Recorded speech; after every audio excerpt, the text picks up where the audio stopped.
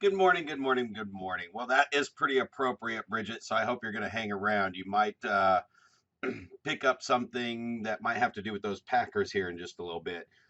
I love what Lee was just saying, looking for your way and recognizing who you are and where you are.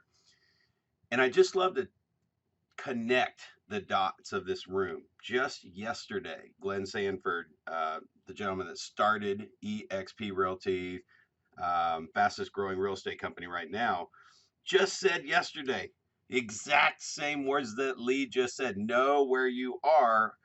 Only we were talking about potential. So, isn't that kind of funny how commitment ties to potential and potential moves you? So when you make that commitment, it moves you. So I'm going to start with this. I just looked up the definition, and it was the third definition down that caught my attention on commitment. It's an engagement or an obligation that restricts freedom of action. Wow, that kind of sounds like accountability. So now when you commit to something, you're accountable to it, and it's like, oh my gosh, don't we love accountability? Love it. It restricts our freedom. It makes us a prisoner of whatever we're committing to. So that again, where are you and what's your passion, and everything that everybody's been talking about lines up. So here's what I'm going to do. Ulysses asked for strategies. So here's the thing. I know where I am in one thing, and that is I don't have hobbies. I do not have a hobby. I love what I do. I love work. I could probably work 24/7 and not even realize I was working, right? So this is a good commitment. You guys are going to love these two tips, or just at least how I applied them. And my commitment was to a hobby when an opportunity came up. And oh, Tony's, I don't even know if I can do this. Tony's going to keep this one for a while too. I recently joined a senior bowling league. Oh my God. Well, let's just say I'm 5 years past the age requirement to be in the senior bowling league. I'm double nickels, baby. Double nickels. Yeah, but here's the thing. I am the youngest one in that room by I think 5 to 10 years. I mean, it's like I'm the little kid in the room again, right? So I'm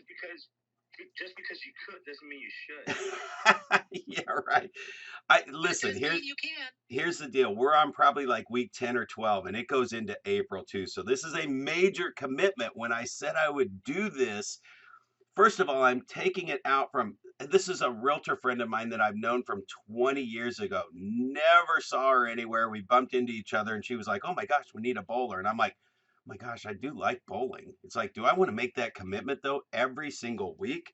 So we're on like week 12.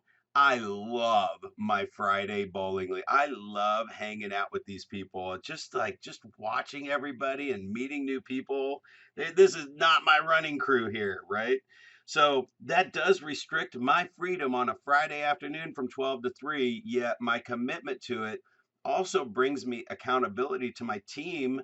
Like they need me there. If two of us miss, I mean, we might not, we'll have to forfeit the game. Oh, hell, well, no, we ain't forfeiting no game. So that commitment turns into accountability to my team. The other example I'll give you is buying season tickets to the Chiefs Stadium. That one's for Bridget. Making the commitment and spending that money on season tickets. Listen, I'll give you real. I did not like writing that check, and I bought the highest up seats I could get, really close to the bar though, and right about on the 40-yard line. So we got incredible seats, but it's like, man, do I really want to commit? Here's what a Sunday night football game looks like. This was just last Sunday night. We're the 7 o'clock game. That day starts at 2 p.m. I have a friend that shows up there at 1 a.m. They tailgate till the gates open at 12:30, and then they tailgate till the game starts at 7, and you don't get home till midnight. He's got a 24-hour commitment. I had a 2 p.m. to midnight commitment and then had 10 or 12 coaching calls the next morning.